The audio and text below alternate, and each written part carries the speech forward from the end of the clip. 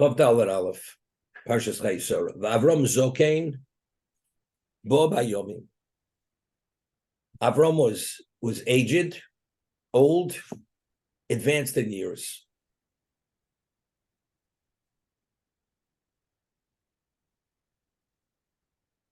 So we're saying if you're old, evidently you're aged in years. What's the Torah point to get he's Zokain at this point? He's old. The Gemara tells us, Medrash speaks about it, the first person to age in the history of existence was Avram Avinu. The whole concept of Zokain, old, aged, is never mentioned. People live to a certain point. I'd once mentioned that Reb Kiva Eger in the Glosses and Brochos cites a picture of Rebbe Lezer. In every culture, every society, if a person sneezes, what do you say? So the Mechaber says, you say asisu. It's an Aramaic word. You should be healed. We say gesundheit, or you say God bless you. Why? What does the sneezing have to do with God bless you? Gesundheit means also you should be healthy, or asisu means you should be healed. What is the basis for this? It's not, the Gemara doesn't explain it. So Rebbe Kiva Eger cites a picture of Rebbe Lezer that at one time, how did people die?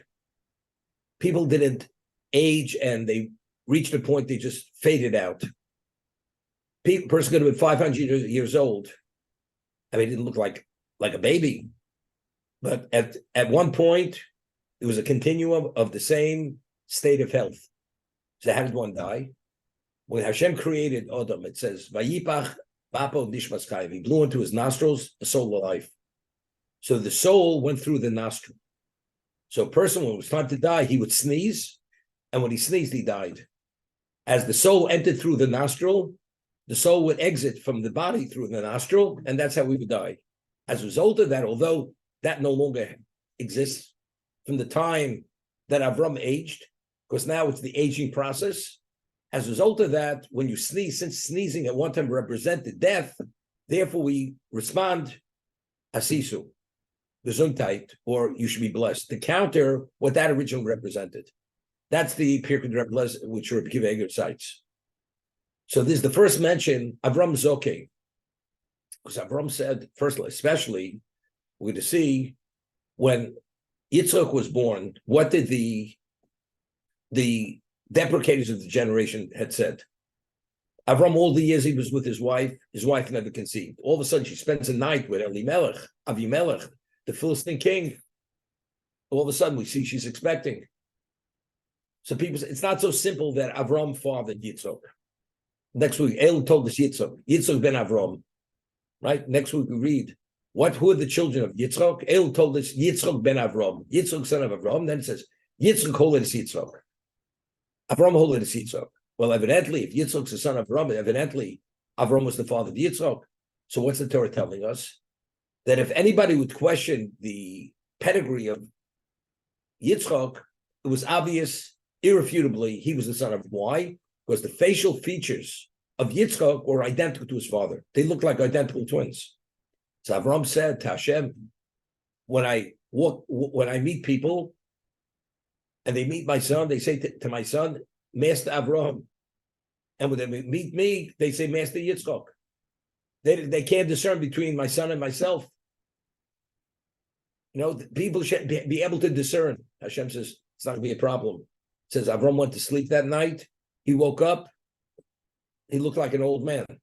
That was the first time aging entered into existence due to this conversation between Avram and HaKadosh Baruch Hu. So I said, what's the problem? And if they called Yitzchak Master Avram and Avram Master Yitzchak, what? Avram was a humble man. He's the second most humble person ever lived.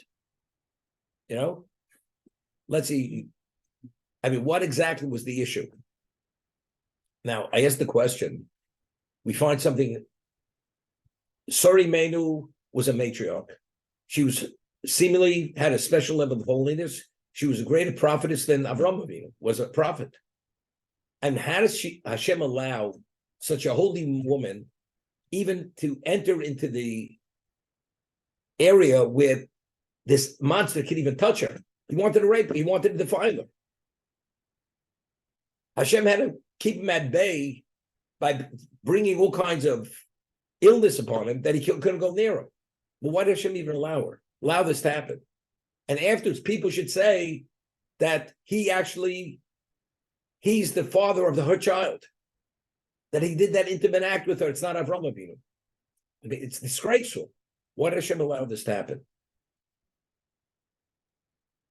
It's an obvious, to me, it's an obvious question. Such a holy woman, is it because she failed and therefore Hashem, this was a punishment? It's not mentioned there's a punishment. And therefore Hashem had to perform a miracle that Yitzchak looked identical to his father, that nobody should question it. But the other question is still a question. But why? Why did Hashem even allow this to happen? That it should even come into question. It's almost like disgraceful.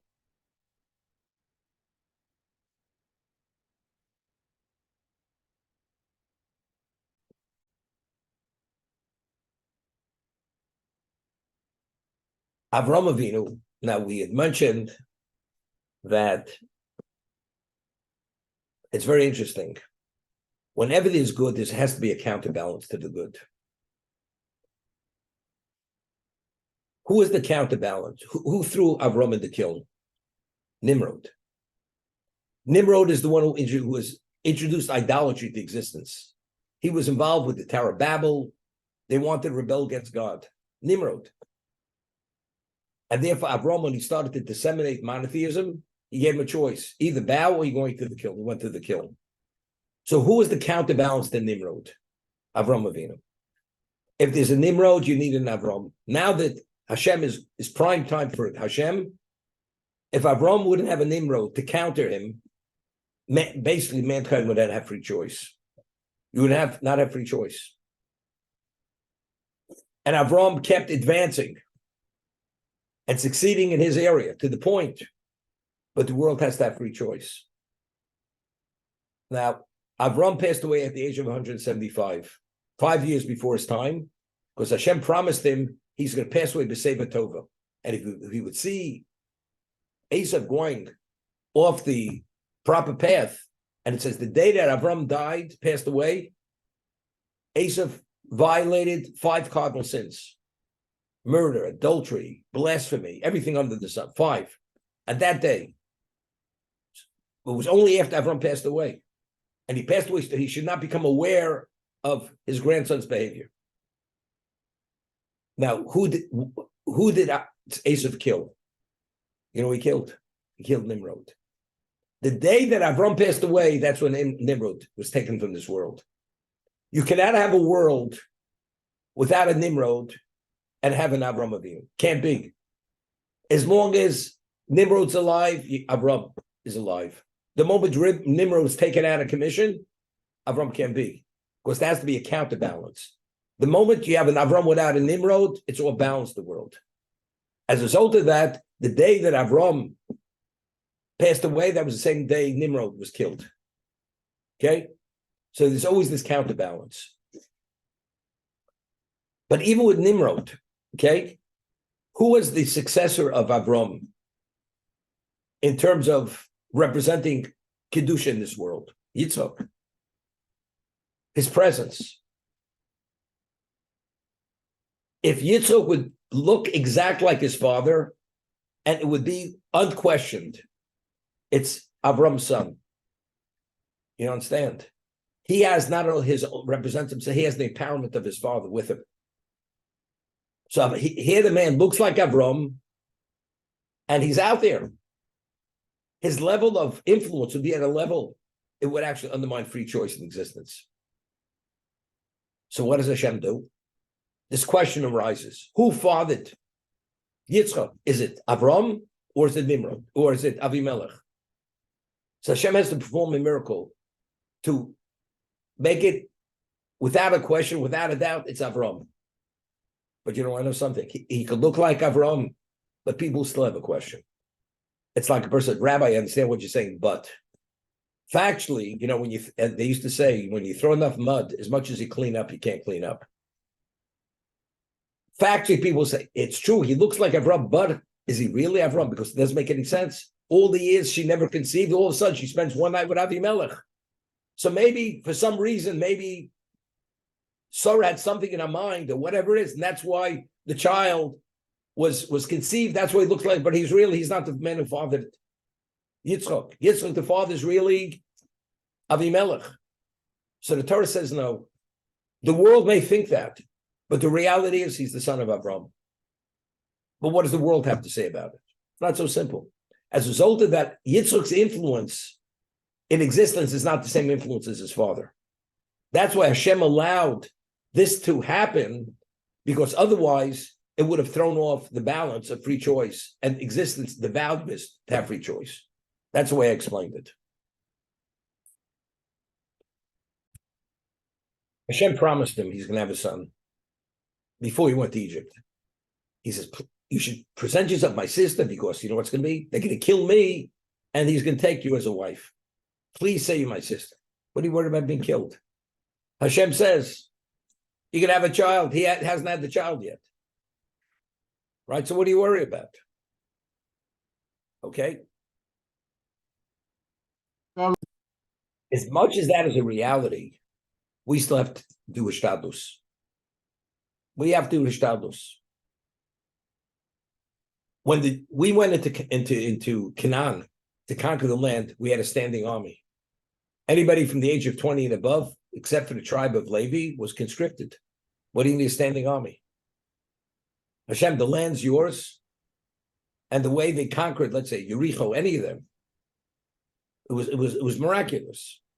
So the Ramban says, because we have constant Ein Som Chanal on this, we live in a physical world, and as a result of that, we have to take every initiative to make things happen up to a point, and then Hashem takes over. You do what you could do. Hashem promises he's going to have a son. So what? Avram could go in a firing line, and I'd have to worry being shot.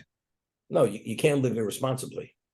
The shtadlus is to live responsibly. You have to take your initiative. The normal scenario would be they would kill me and take you. You know, we have to somehow sidestep that. Imri noachosiyot. You're my sister. It didn't work. Okay, it didn't work. Ultimately, I'm not going to be killed. Yitzchak's going to be born, but I still have to take initiative. Yeah, but now Avram's a different. But it's not person. irresponsible. It's not irresponsible. I know, but now Avram's a different. He has no choice. He's a different person now. He's now Avram on Goyim. He just Doesn't make a difference. 4 kings. But he still has to guy. have the son. The son hasn't yet been born. Right? So we have to take every initiative. What's going to be? Don't worry what's going to be.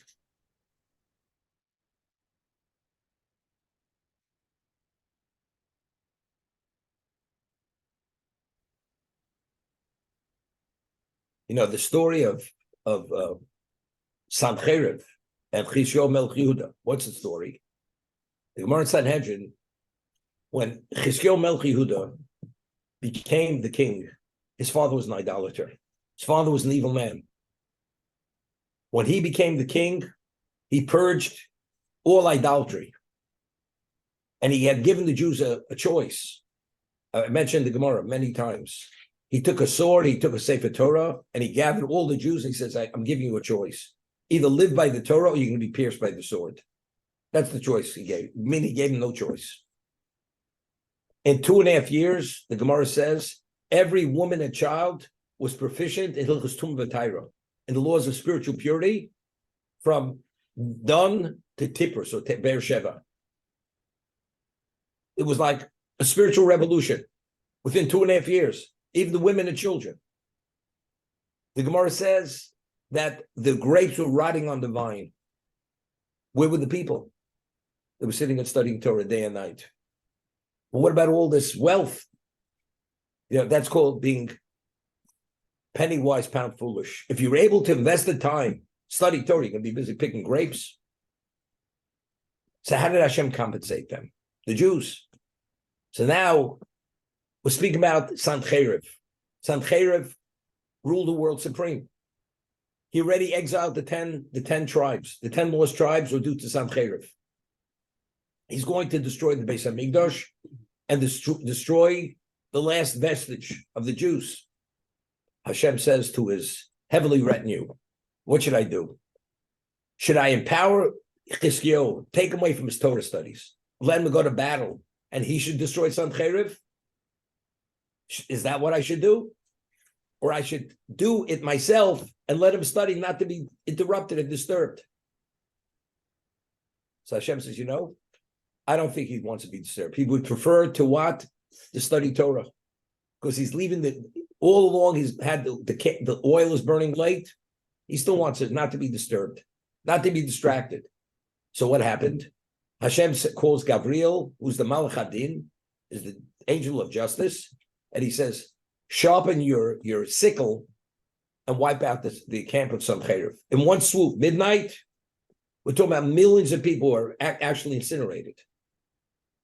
And he wasn't even aware of what was going on. They were all studying Torah.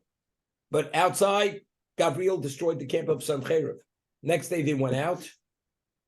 It's quiet, you have horses and everything. No human movement. The wealth of the spoils of that victory was more than anything they could have amassed if they would have been working for 1,000 years. That's how much wealth they brought with them. And all these were the spoils. So for all the grapes that rotted on the vine, Hashem says, something, I'll pay you in multiples because you did not interrupt your Torah study. Because you understood what is and what was not. That's the story of Chizkiyahu Melech Yehuda. There, Hashem didn't want him to take initiative. He was unaware what was going on. And even if he would have taken initiative, we're talking about millions versus, there were only 3 tribes. Binyamin, Yehuda, and Levi, that were the only tribes there. And he was there to destroy the Beis HaMikdash. Of course, if he would have had to go to battle, it would have been like Avram Avinu. And the Gemara says that originally Sancher was supposed to be Gog and Magog, and Chizkiyahu was supposed to be Mashiach. That was supposed to be the end of time, because he brought the Jews to such a level of spiritual perfection, they achieved what they had to achieve. But the Midas Adin came to Hashem and says, something? But Chizkiyahu should have said Shira. He didn't say Shira. He should have publicized to the world the miracle that took place. And because he didn't say Shira, therefore he's not worthy to be Mashiach. The Midas HaRachman agreed he should be Mashiach. The Midas Adin, who's exacting, says, something? I don't think he deserves to be Mashiach. It still fell short of where he should be at. Hashem says, if that's the case, we're going to put it off.